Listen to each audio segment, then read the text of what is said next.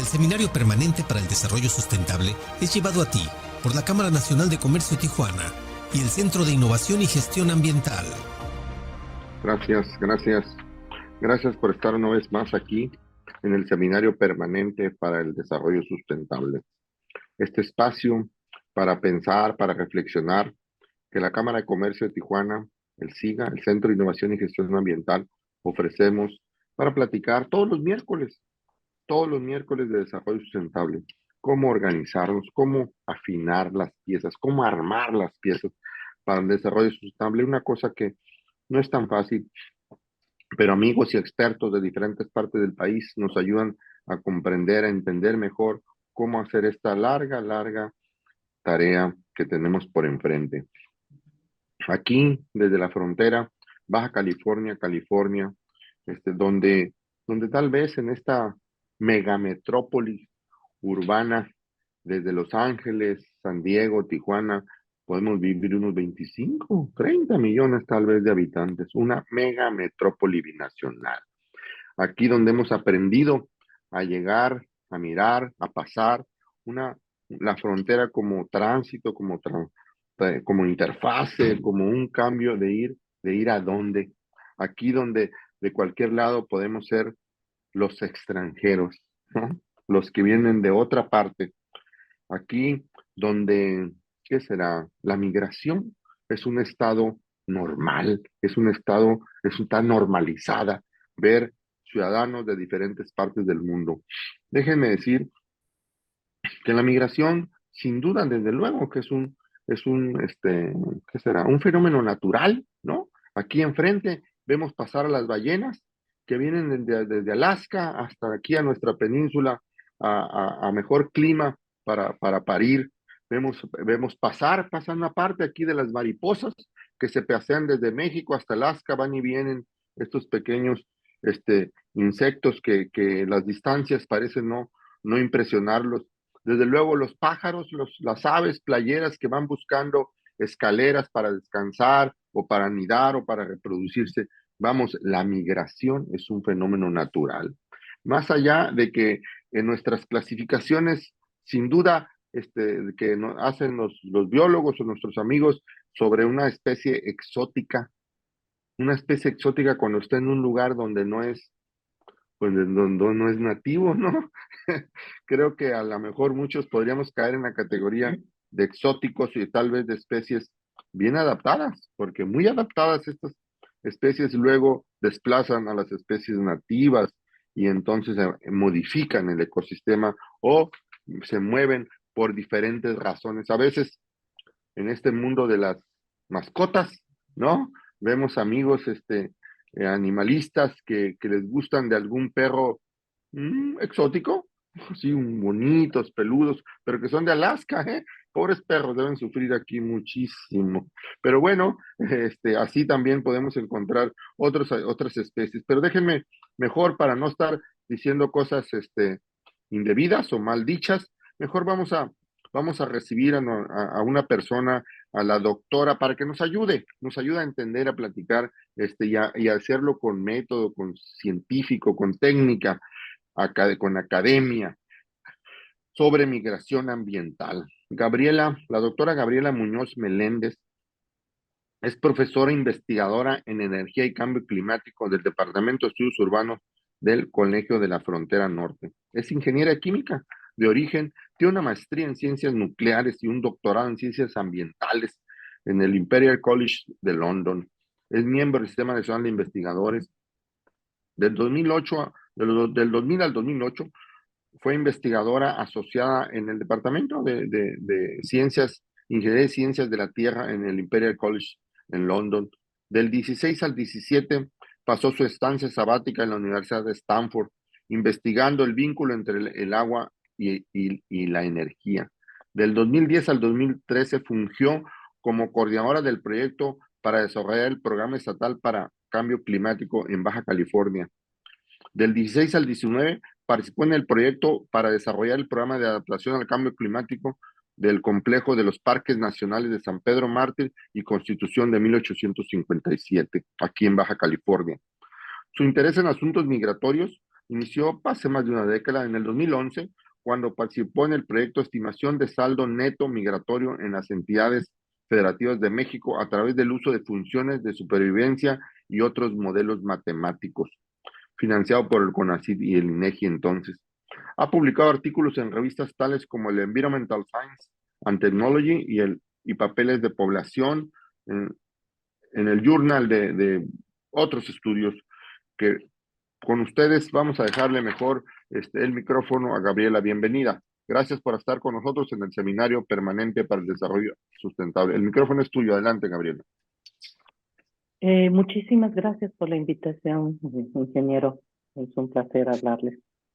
Si podemos poner la presentación, por favor. Ahora José Carmelo empezaba a hablar de la migración que conocemos desde la parte ambiental, de especies. ¿Qué tan parecida es a la migración humana? Bueno, tiene sus similitudes, tiene sus diferencias. Yo soy primordialmente ambientalista y me empecé a involucrar con esta migración ambiental tratando de ver precisamente estas similitudes, tratando de modelar como solemos modelar movimientos de poblaciones. Y ha sido una gran sorpresa.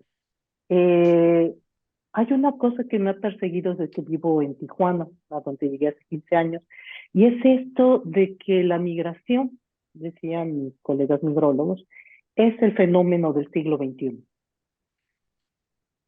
Por su magnitud, sobre todo, por su importancia, por los conflictos que se arrastran, por las políticas que se han creado.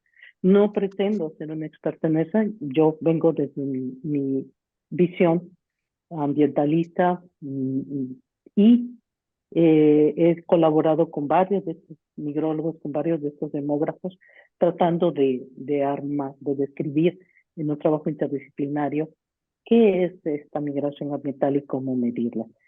La siguiente, por favor. Una de las cosas que me gustaría tocar en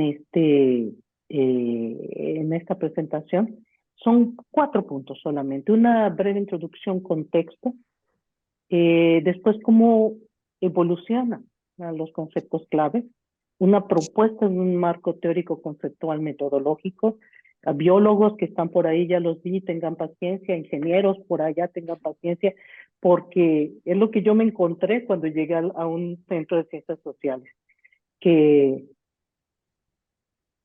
esto del marco teórico conceptual metodológico es tremendamente importante. Nosotros tenemos teorías bastante establecidas y bajo el modelo de Kuhn tendrían que pasar un cambio de paradigma para que eso cambiase. Ellos no lo describen, entonces ha sido todo un ejercicio muy interesante por desarrollarlo. Me gustaría compartirles. Y los que son sociólogos, historiadores, ténganme paciencia. Bueno, la última parte va a ser un ejemplo. Este es un estudio que se hizo para el doctorado de estudios de migración por la doctora Lorraine Morales. Migración ambiental la medimos en la zona alta de Centroamérica en un periodo, una década, ocupando esto que voy a describirles primero. La siguiente, por favor. Hablábamos ya de que, yo dije, ¿verdad? Perdón, de que la migración era el fenómeno del siglo XXI, que es lo que se dice.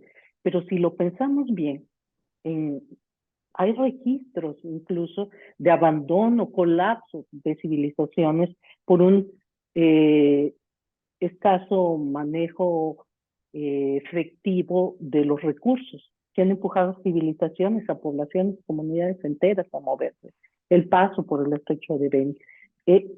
Todas estas cosas nos hablan de que el fenómeno migratorio asociado a factores ambientales no es nuevo, pero actualmente con toda la importancia del cambio climático que ha raptado, digámoslo, las agendas ambientales internacionales, la migración ambiental se asocia profundamente y se cede a la tentación de tender relaciones directas con los impactos del cambio climático.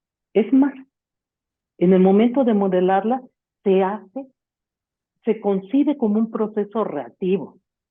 Viene la inundación, viene el huracán, repentino, no estamos preparados y nos vamos, ¿no? En gran medida va a ser independiente de otros factores estresantes, digamos factores estructurales, digamos marginación, digamos pobreza que ya existía ahí desde mucho antes.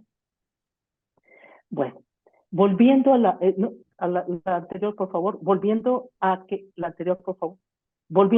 que no existe un marco teórico conceptual sólido, porque se fragmenta esta idea de qué es la acepción misma del fenómeno, y entonces se han utilizado metodologías de diversa índole, ¿eh? Los de ciencias sociales y cualitativas, que son tremendamente importantes, ¿eh? Otros tienden a lo cuantitativo, que si son regresiones, que si son... Se ha utilizado un montón de cosas, ¿no? Entonces eso dificulta realmente el que podamos tener un lenguaje común. Además, hay que decirlo, hay escasos datos, o están limitados, o la estadística está fragmentada, no ocupa espacios en el cual se pueda hacer un modelo que sea confiable. La siguiente, por favor. Entonces, lo que vamos a tener es que si se ha ocupado de censos, de encuestas, Big Data, si se han ocupado técnicas antropológicas, historias de vida, observación participante, también se han hecho proyecciones basadas en modelaje de agentes, en dinámica de sistemas, se han hecho extrapolaciones, se han hecho regresiones Poisson, binomiales, ahora sí, como dirían los gringos, you name it. Esto, la siguiente, dificulta la comparación. Y pues no podrían ser rigurosas muchas veces en el número de personas y en respuesta a qué realmente están migrando. Se asume muchas veces de manera, diría yo, poco rigurosa, por ejemplo, la subida del nivel del mar, y eso véanlo en las primeras estimaciones de cambio climático y migración. Decían, la subida del nivel del mar va a abarcar una área X, el 80% de los pueblos están ahí, si al menos un 10% se mueve, y así empezaban a hacer las estimaciones, ¿no? No se han incluido cosas que ya sabemos, como la adaptación, resiliencia, el crecimiento económico, cambio tecnológico, va a ayudar, ¿qué va a pasar ahí, no? Muchas de estas proyecciones a veces se dan como si fuera letra escrita en piedra. Y perdón, hay que tener cuidado porque otra vez no hay comparabilidad, no hay efectividad, no hay rigurosidad en muchas de estas estimaciones, ¿no? La siguiente, por favor. También hay sesgos. Por ejemplo, hay un ejercicio de FEN del 2010 que escribió para la Academia de Ciencias de los Estados Unidos, que fue así el hitazo en el 2010 porque hablaba de la migración mexicana a los Estados Unidos por condiciones de cambio climático, considerando un aumento de precipitación y por lo tanto pérdida de cosechas, y hacía una estimación inelástica, ¿no? Otra vez, y haciendo una falsa separación, diciendo, bueno, son los campesinos de edad de 18 a 35 años los que van a migrar. Sin duda tenemos que tomar suposiciones, pero creo que en el momento en que estemos haciendo un enfoque parcial, nuestro resultado va a ser igualmente parcial y hay que tener cuidado en eso. La siguiente, por favor. Entonces, que creamos que todo está siendo causado por el cambio climático, los efectos, los impactos del cambio climático, ya es un sesgo que nos va a impedir ver otras perturbaciones ambientales. A ver, la movilidad causada, creo que todos lo sabremos, lo conocemos, porque se ha creado una presa. Van a mover sí o sí a esa comunidad. ¿Todos van a terminar migrando? No, no necesariamente. A ver, aquellos megaproyectos, ya sean gubernamentales o no, o privadas. ¿Qué está pasando? ¿Qué pasa, por ejemplo, en sitios como Michoacán, donde hay encima un brazo armado relacionado con el megaproyecto que está desplazando a la comunidad? Finalmente, si lo pensamos, es apropiación del territorio y por lo tanto es un conflicto socioambiental. ¿Qué pasa en esos procesos de resistencia de las comunidades? La siguiente, por favor. Todas estas preguntas no crean que han sido una cosa que se me haya ocurrido. O sea, hay mucha gente trabajando en esto y han sido cosas que también mis colegas me han ayudado a entender.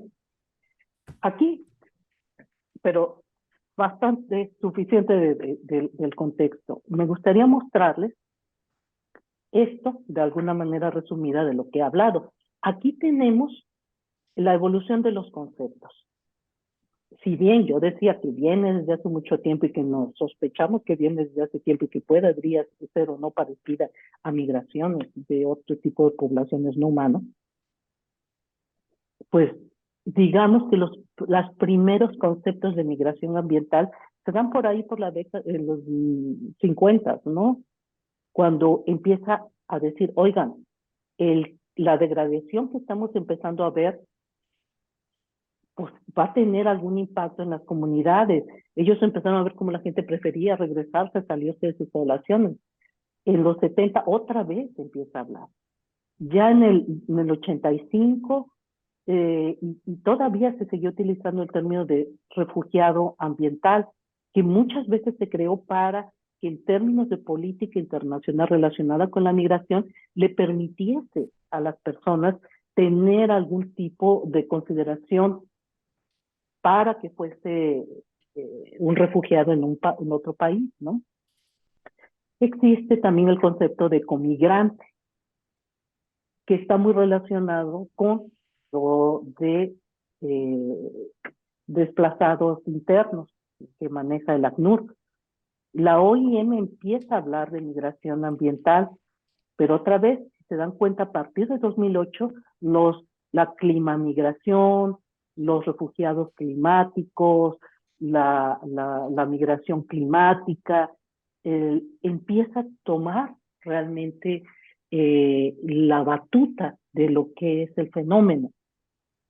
Hay otras cosas interesantes, por ejemplo, el desplazamiento de población por fenómenos ambientales o incluso por algunos megaproyectos, ¿no?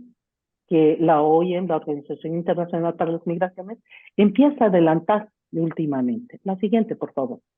Entonces, pues con todas estas definiciones, pues es difícil saber qué pasa ahí.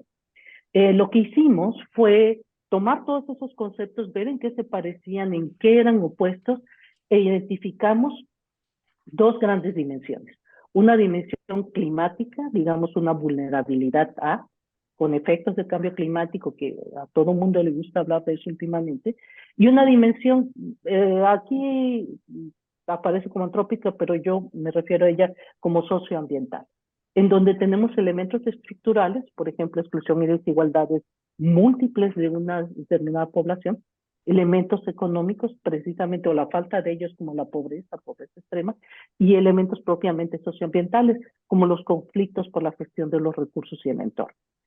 Estos dos grandes dimensiones con sus diferencias van a tener estresores, van a formarse como estresores, en donde pues tenemos una pérdida de medios de vida o deudas. Digamos, vamos a regresar al trabajo de Feng del 2010, donde viene la ventisca, me tumba mi maíz, por 5 años consecutivos yo caigo en deuda. Entonces, una de las pocas salidas que veo para saldar mis deudas, para sacar a mi familia de la pobreza, puede ser que migre. Afectaciones a la salud, cuando de repente algunos de los hijos han nacido enfermos, qué sé yo, por los tóxicos que están juntos, por algo que sucede. Todas estos son estresores que se van expresando en esas comunidades. inseguridad alimentaria, precarización de la vida, violencia, privatización de los recursos, disputas por los recursos del entorno. Todas estas cosas están dando paso a la migración ambiental. A una persona que por estas dos dimensiones, tanto climática como antrópica, se va a ver obligada a dejar su lugar. La siguiente, por favor. Entonces, tomamos los postulados teóricos de cada uno, digamos, de cambio climático, causa-efecto, el antropoceno, fueron los postulados teóricos que tomamos, pero también tomamos factores antrópicos, la ecología política, el neoliberalismo ambiental y postulados teóricos de la migración propiamente, como el push-pull, la nueva economía, redes sociales y el sistema mundo. Todos estos postulados teóricos fuimos los que rescatamos de esta categorización de los postulados, lo que estaba extendiéndose y definiéndose como migración ambiental. La siguiente, por favor. Claro que era tremendamente y es tremendamente importante hablar de los riesgos, de la vulnerabilidad de las poblaciones que se han convertido en poblaciones expulsoras de población. Entonces empezamos a ver ahí si las magnitudes, probabilidades, si eran irreversibles, en qué momento ocurrían, cuánto duraban, ¿no? Esto, como alguien que le encantan los numeritos, el hablar de ecuaciones en diferencia, cuánto es el lapso en el cual se ve un efecto de algo. Ha sido una cosa realmente fascinante de poder hacer. Bueno, ahí tenemos este análisis de vulnerabilidad que construimos a base de los determinantes impactos de lo que ya habíamos visto y los conceptos teóricos que identificamos. La siguiente, por favor.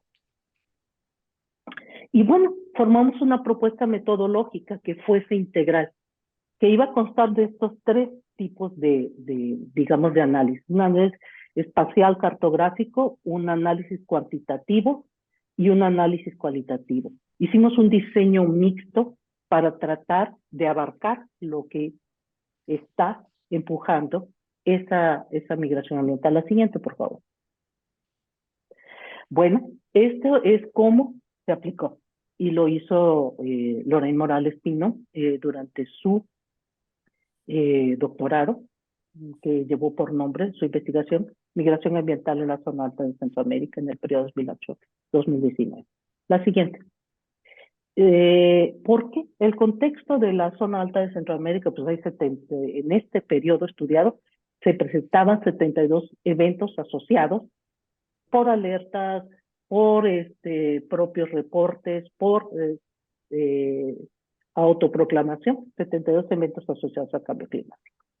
Además, en la zona que estamos estudiando, identificamos 29 conflictos socioambientales. Ahorita vamos a ver de qué tipo. Y también identificamos la pérdida de población por concepto migratorio. La siguiente, por favor. Ahí tenemos el área de estudio. Y aquí tenemos el total de entradas para un solo año, el del 19, de ruta de acceso y país que representa. Como verán, pues de la zona que estábamos estudiando, que era Guatemala, Honduras y El Salvador, pues vean, la mayoría va hacia México y también hay ciertos vuelos. Hacia Honduras, aparte de pasar a pie, hay vuelos, también se hace por barco. En México se da también, pero a través de los ríos. Vamos a la siguiente, por favor. Bueno, muy brevemente de un trabajo realmente fascinante, largo y detallado, pero les voy a mostrar un poco de los mapas que se produjeron. Este es del monto de personas. ¿Cómo se hizo esta contabilización? El COLEF está asociado a conteos de encuestas en el norte y en el sur, LEMIS norte y LEMIS sur.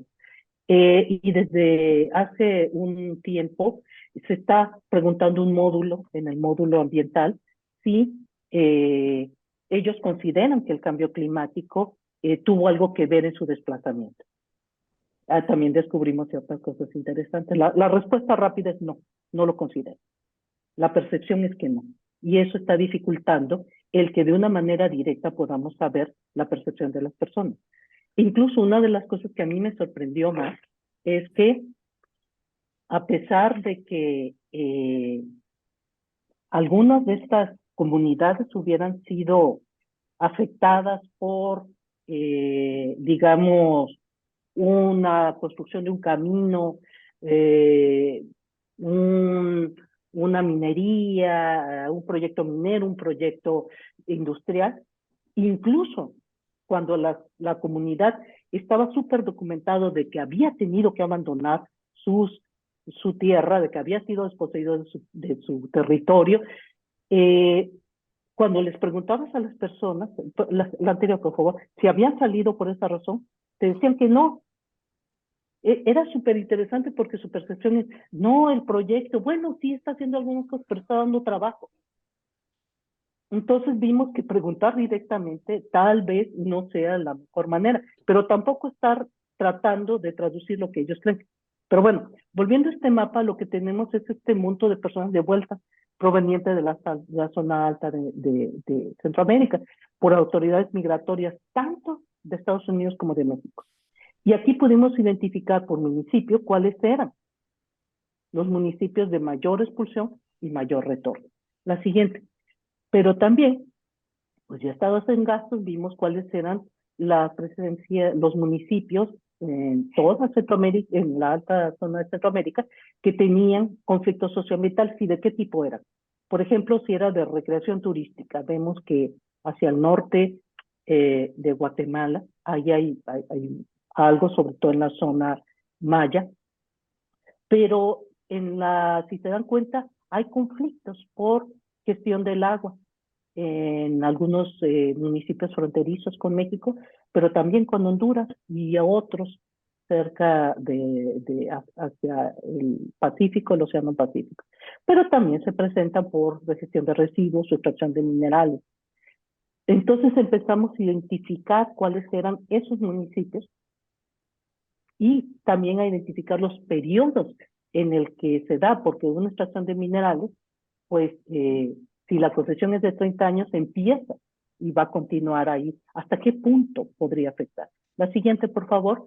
Y este siguiente mapa es, pusimos eventos extremos, salidas, conflictos socioambientales, y los mezclamos y empezamos a identificar si realmente había un traslape. La siguiente. Aquí tuvimos unos resultados preliminares en los que encontramos que no existe una clara agrupación. No hay una relación directa de las dependencias. De dependencias entre, digamos, impactos climáticos y expulsión de personas.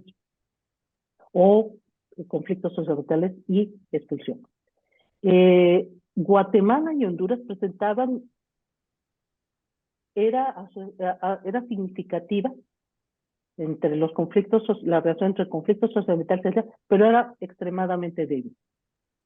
Además, teníamos un problema de que los datos eran altamente asimétricos, ¿no? Distaban de ser normal. Entonces, esto le dio al traste un montón cuando vimos que aquí no se podría aplicar, por ejemplo, regresiones lineales. La asociación significativa y negativa entre variables de total de conflictos socioambientales vigentes y total de eventos extremos parecía estarse dando.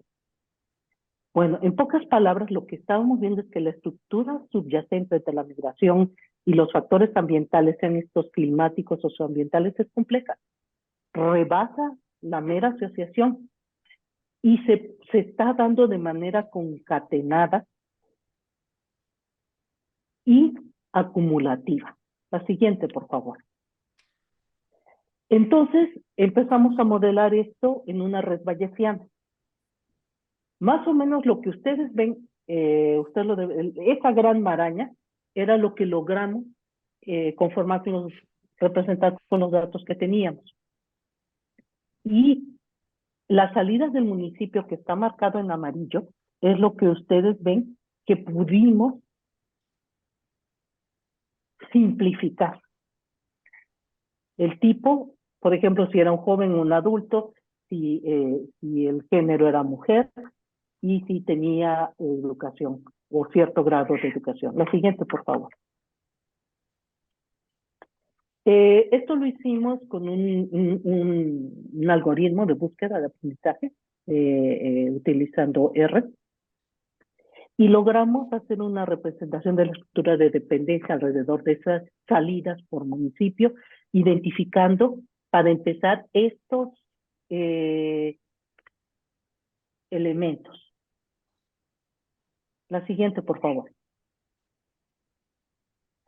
El caso es que hicimos todo este trabajo una y otra vez, estuvimos no solamente colectando datos, también se hicieron entrevistas estructuradas y semiestructuradas, y entonces identificamos. Aquí en amarillo, ¿se acuerdan que les había mostrado en el nodo? Teníamos la migración, ya sea internacional o inmigración, y la interna. Y la decisión migratoria la pudimos modelar. Encontramos en estos diferentes colores las diferentes dimensiones que estaban influyendo en la salida, qué tipo de salida y qué es lo que le había costado en términos migratorios a esa persona. Entonces tenemos sin duda factores económicos, ahí podemos identificar deuda, pobreza, la presencia de proyectos, inseguridad alimentaria, afectaciones al ingreso, pérdida de afectaciones de medios de vida, pérdidas de producción. Hay que decir que si a una persona le preguntan por qué está migrando, podría decir que o bien por inseguridad o bien por pobreza, para escapar la pobreza, la violencia. Pero solo son parte de lo que ellos mismos logran percibir después de estar viendo los datos y las cosas que expresan. También tenemos factores estructurales como falta de oportunidades, desigualdades, exclusión, abandono gubernamental, falta de preparación, vulnerabilidad. Que tengas una red es importante, y también salió por ahí la corrupción para arreglar o no algo, para poder saldar o no una deuda, etcétera. También hay otros factores socioambientales, ¿no? Deterioro del interno, de esta violencia, la degradación del suelo, la deforestación, contaminación. El agua fue algo bien interesante. Y también venía por ahí el evento extremo, el cambio climático, muy en particular los eventos meteorológicos, ¿no? Y Lorenz se lanzó a hacer algo bellísimo, que es un análisis de emociones, qué es lo que pasa por las personas. La siguiente, por favor, por la cabeza de las personas antes de que decidan migrar, porque no es inmediato. En principio ni es único, está concatenado, es acumulativo, pero tampoco es inmediato. Lo que encontrábamos a través de historias de vida y las respuestas es que una persona iba a saltar hasta 5 o 6 veces, iba a ser, si antes era campesino, iba a hacerse pescador, y si ahí fallaba también, iba a irse a la ciudad, iba a ser cargador, qué sé yo. Trataba de en su medio y en su resiliencia, estar ahí, seguir en el país, hasta que llegaba un tipping point, un momento en el cual un cúmulo de emociones se concentraba y de tener la oportunidad, tomaba la oportunidad de salir. Bueno, las conclusiones preliminares que obtuvimos de esto es que los resultados del estudio pues reafirman la naturaleza multicausal del fenómeno migratorio. Y es más, se identificaron 5 dimensiones muy claramente que están interrelacionadas: la estructural, la socioambiental, la económica, la climática y una subjetiva, y ahorita voy a hablar un poco más de eso. No existe, encontramos que no existe una relación directa entre la presencia de factores ambientales y el flujo migratorio.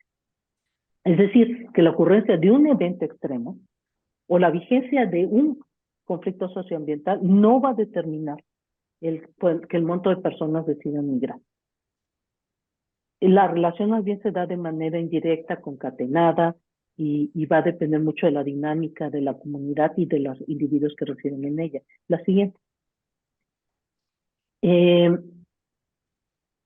Puede haber una concurrencia, es decir, un mismo territorio se inunda, tiene huracán, hay un proyecto minero, y va a lanzar los procesos que van a determinar sí o no en algún momento. Es posible que las personas que hayan sido afectadas por desastres naturales o megaproyectos, no consideran que esos efectos de manera inmediata los van a empujar a migrar, sino que repercuten con el paso del tiempo y se suman a otros estresores que pueden ser de carácter socioeconómico o histórico estructural.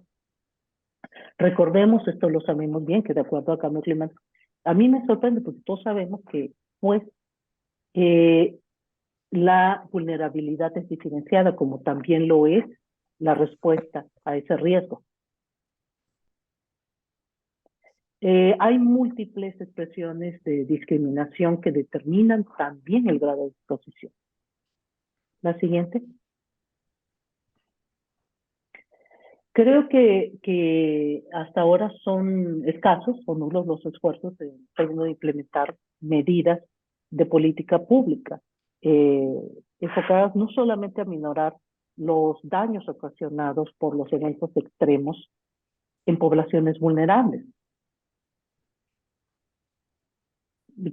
José Carmelo, antes de que entrara me preguntaba por Otis, y si quieren podemos hablar de eso, pero tienes algo, tienes una construcción de la vulnerabilidad que se ha venido haciendo, porque hay invasión de playas, porque hay edificios más altos, porque muchas cosas más.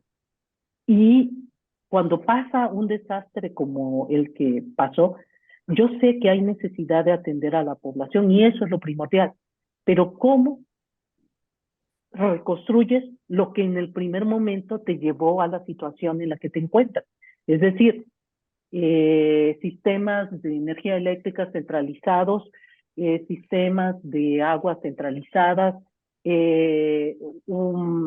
deficiente gestión de residuos. Si estamos con eso y volvemos a reconstruir lo que en primer lugar causó el problema, no nos estamos adaptando. También hay algo cuando que las personas desconocen o no tienen acceso a los mecanismos para sobreponerse, y mucho menos en un estado de ansiedad que le provoca, que lo coloca con la ocurrencia de un fenómeno de la magnitud como, por ejemplo, Otis, ¿no? Ya sabemos, son diferenciadas los efectos que van a tener las personas en entornos rurales y urbanos. Y aquí salió, las mujeres también enfrentan mayores dificultades ante la degradación del medio ambiente y la disminución del acceso a los recursos naturales. La siguiente, y ya casi termino. Viene a ser un proceso subconsciente, sí, no quiero decir que la toma de decisión lo hagan sin saber, la decisión la toman, pero esa construcción se da de manera subconsciente y podría relacionarse con estrategias de adaptación, mitigación o supervivencia, no solo del individuo, sino también de familias y comunidades enteras.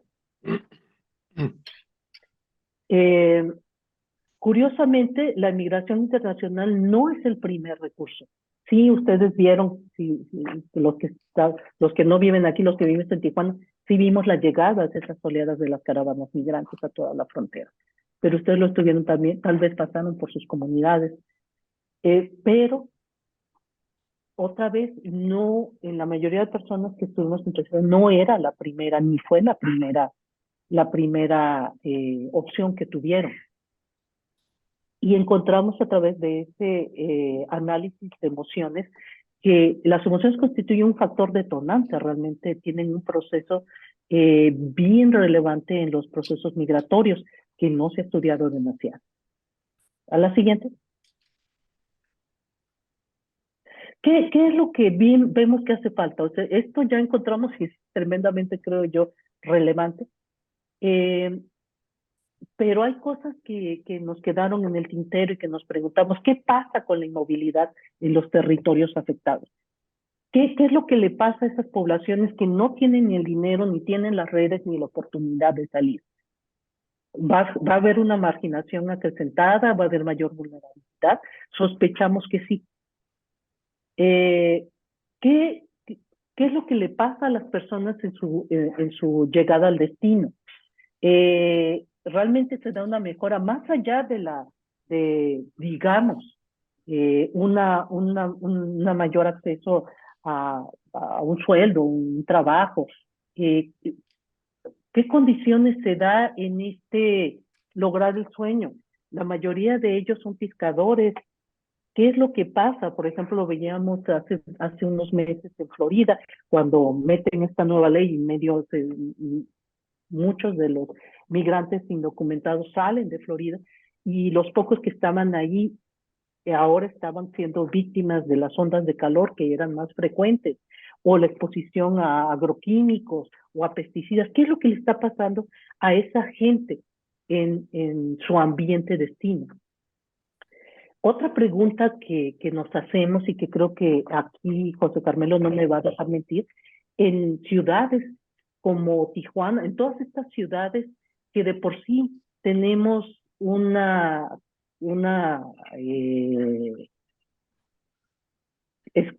escasez hídrica que es normal al sitio. Cuando llegan oleadas ¿cómo es que se comporta esa provisión de servicios? ¿Cómo tendríamos que considerar o no este paso, esta migración en tránsito? Hay muchas dudas y bueno, estamos trabajando en ellas. La siguiente, por favor. Pues muchísimas gracias por su atención. Soy toda oídos. Gracias. Gracias, Adelante. Gabriela, gracias, muchas gracias. Realmente, bueno, migración es un tema, sin duda es un tema para Baja California, para muchas partes, para el mundo, seguro, no solamente la migración biológica, la que hacíamos hace rato, o por temporada o estacional, ¿no? De especies incluidos de luego nosotros los humanos.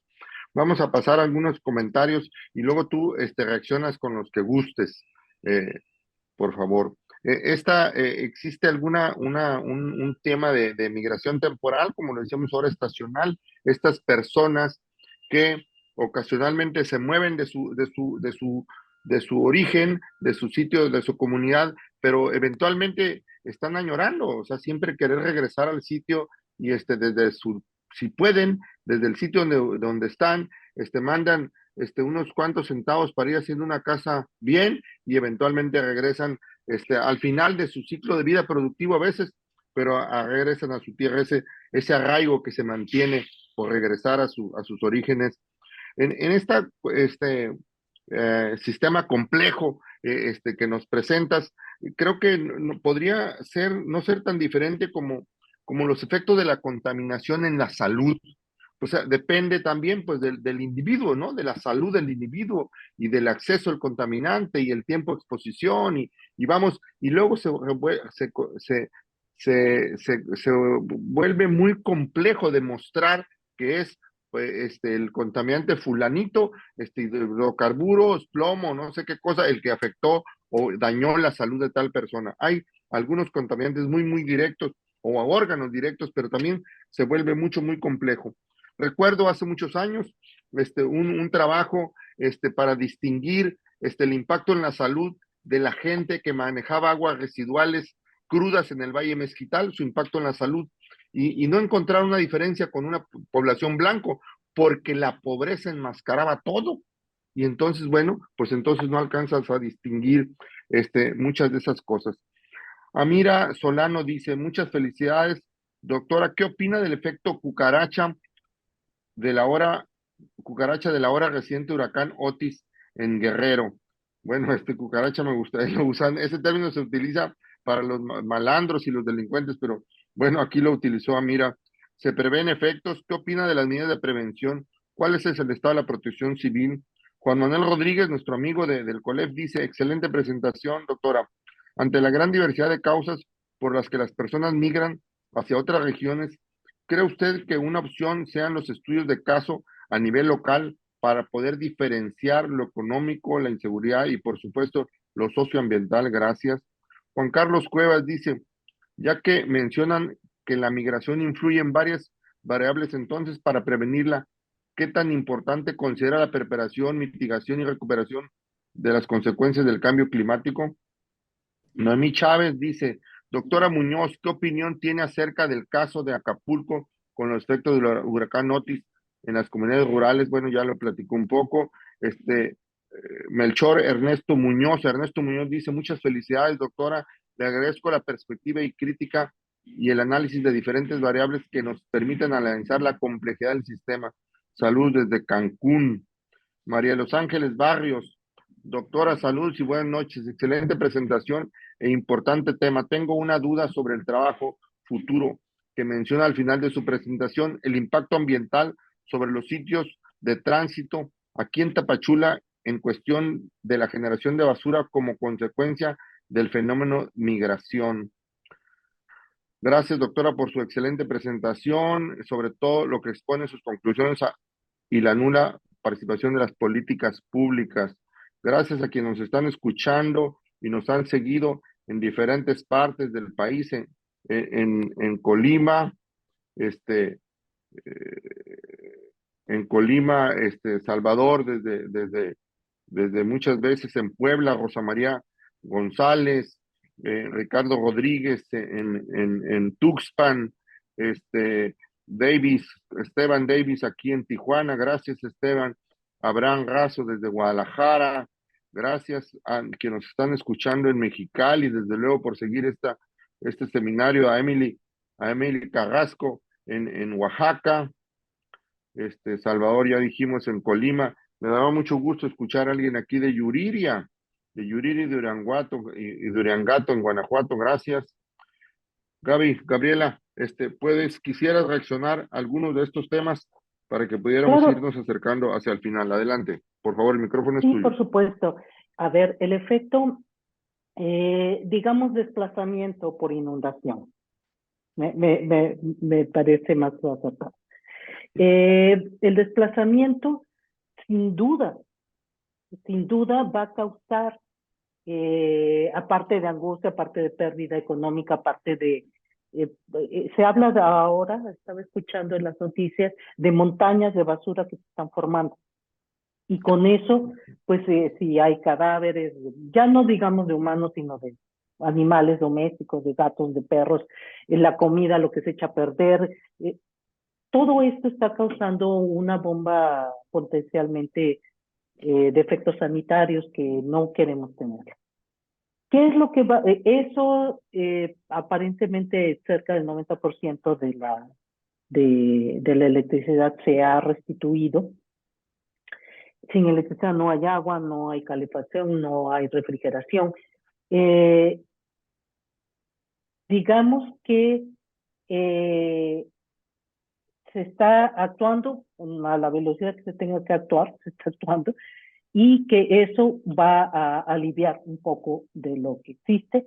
Yo no esperaría, por lo que conozco, por lo que he estudiado, que haya una migración inmediata. No la creo. Y creo que se puede ir dando tal vez después de otros efectos. Acapulco ha sido golpeado por tormentas tropicales y huracanes antes. ¿Qué opino de las medidas de prevención? Creo que están muy dirigidas hacia la comunidad, como debe ser, ¿verdad? Las personas hay que rescatarlas. ¿Qué es lo que me preocupa un poco? Que, a ver, sin duda tenemos que parar los postes de luz, tenemos que echar a andar las fuentes de agua potable, pero no es tiempo de que a lo mejor hagamos un plan para que descentralicemos parte de los tratamientos, descentralicemos parte de los sistemas eléctricos, que empecemos a tener mejores vías de comunicación, que le demos mantenimiento a los canales pluviales y a los de descargas de aguas residuales. O sea, creo que es lo que me preocupa, que no veo un plan a futuro que prepare para otras eventualidades. Y esto es una alerta y una señal de advertencia a todos nosotros. No que nos vaya a llegar el huracán, pero sí aquí en Tijuana dependemos 95% de las transferencias del río Colorado a través de un acueducto que solo por bombear agua se gasta 600 millones de pesos al año y crea 190 toneladas métricas de CO2, así que como que muy inteligente tampoco es, muy preparados tampoco estamos. Entonces, vamos, es tiempo, es una gran alerta, una llamada de atención muy alta, que el estado de protección civil, pues si había, ya no hay, porque realmente arrasó con muchísimas cosas. Y seamos honestos, yo hago modelaje y me gustan las matemáticas, pero no modelo cosas de clima.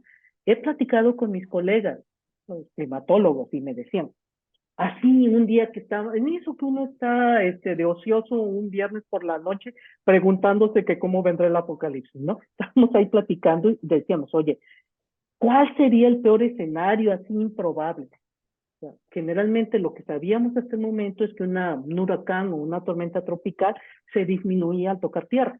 Eso era lo que habíamos observado en todo el mundo. Y entonces recuerdo que, no voy a decir quién, pero yo decía esta amiga, pues lo más loco es que se active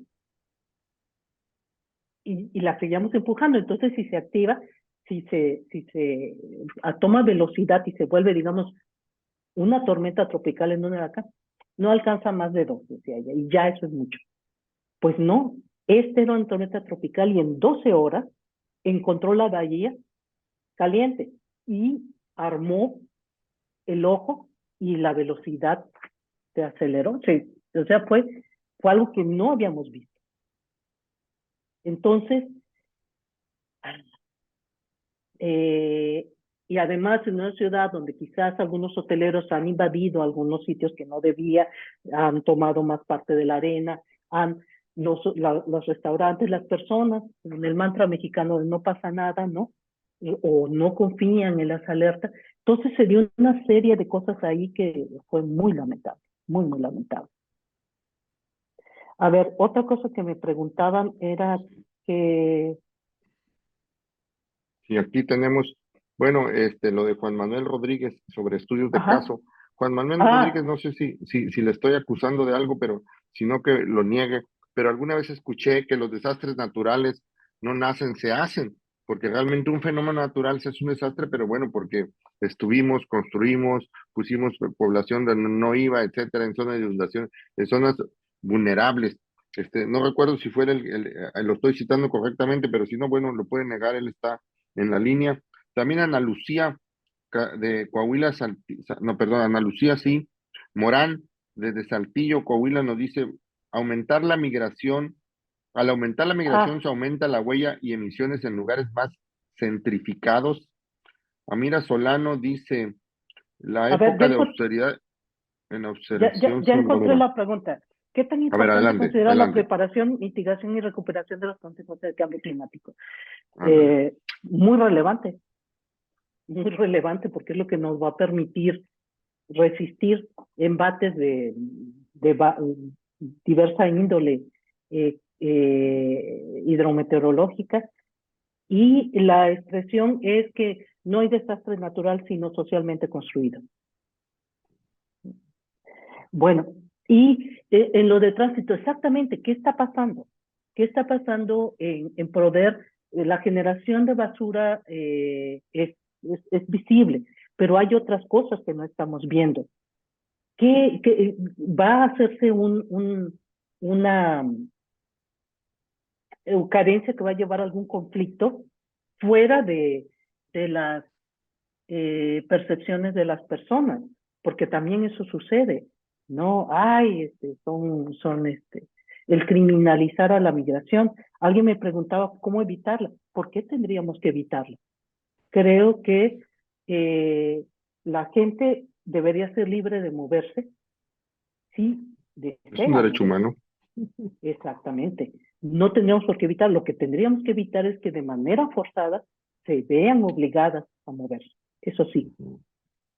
Pero de otra dice, manera, yo creo que todos hemos sido migrantes de una u otra manera. claro, claro, dice Guadalupe Ángel Vallejo. Lo que comenta usted es verdad. En mi municipio empezaron a querer construir en la laguna de Yuriria cuando bajó el agua. Ah, Entonces, cuando llueve, pues las casas se inundan. Pues sí, en la planeación. Juliana Elizabeth Sotelo dice justo la planeación urbana y el uso de suelo. Bennett Homero dice, estás en lo correcto. La mala toma de decisiones en los asentamientos humanos repercuten en los desastres. Amira Solano dice, en época de austeridad, la federación no reparte recursos a los estados y menos a los municipios, todo está centralizado. ¿Cómo se van a hacer cargo de lo que ella explica? Y así, bueno, estamos cerrando. Si quieres reaccionar unos últimos minutos, le mandamos saludos a nuestros amigos Reynold Fierros de San Cristóbal de las Casas, gracias por estar aquí con nosotros. Alejandro Cepeda en San Cristóbal de las Casas, a Hipólito Villanueva en Nuevo León, a Vicente Gómez en la Ciudad de México, gracias por estarnos escuchando.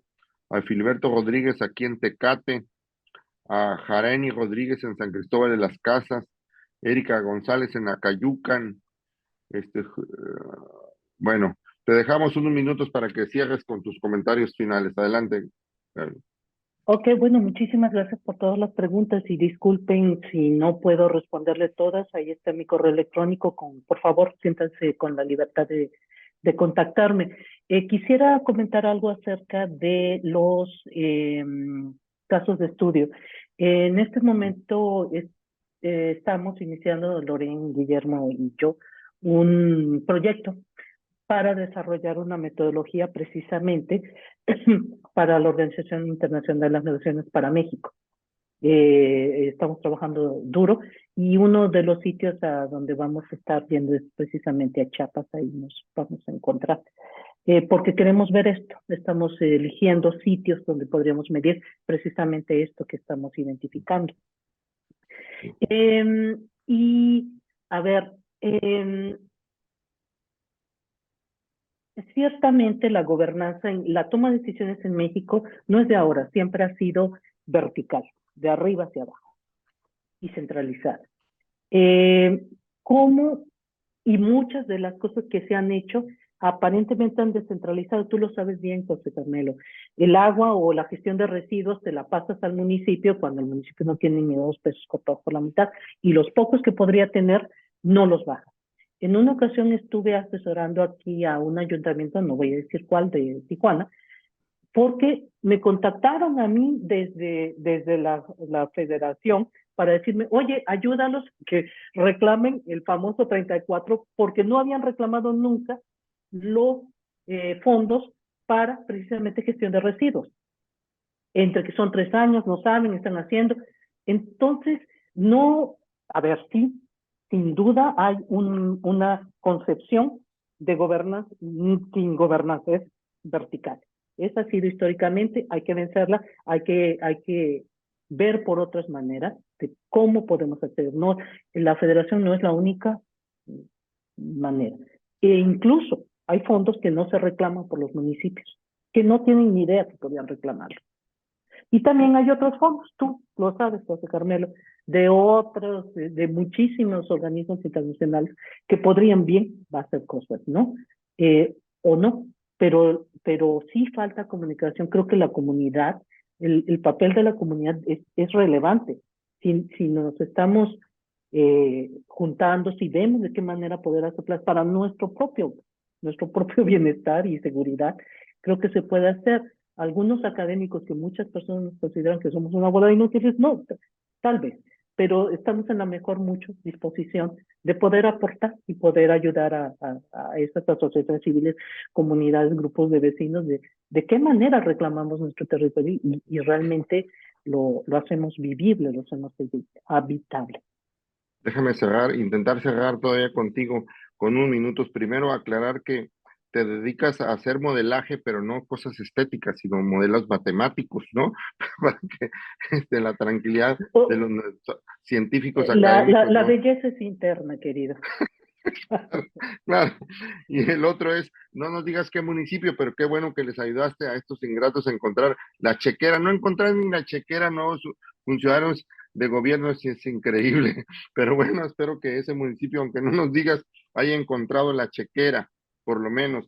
Dice María Cerda, con la inflación y la precarización del salario en otros países como Estados Unidos, a los trabajadores ya no les alcanza para pagar la renta y están asentándose en México. Esto tiene un efecto impactante sobre las rentas, comercio y servicios que sube exponencialmente. Eso es un efecto en Tijuana que no será, ¿qué será? Migración invertida o flujo de migratorio invertido, ¿no? Que aquí sucede, ¿no? Con jubilados hacia la costa con fines turísticos, y eso tal vez es una migración menos visible, ¿no? O menos conflictiva, ¿no? Menos controversial que la que estamos acostumbrados de norte a sur.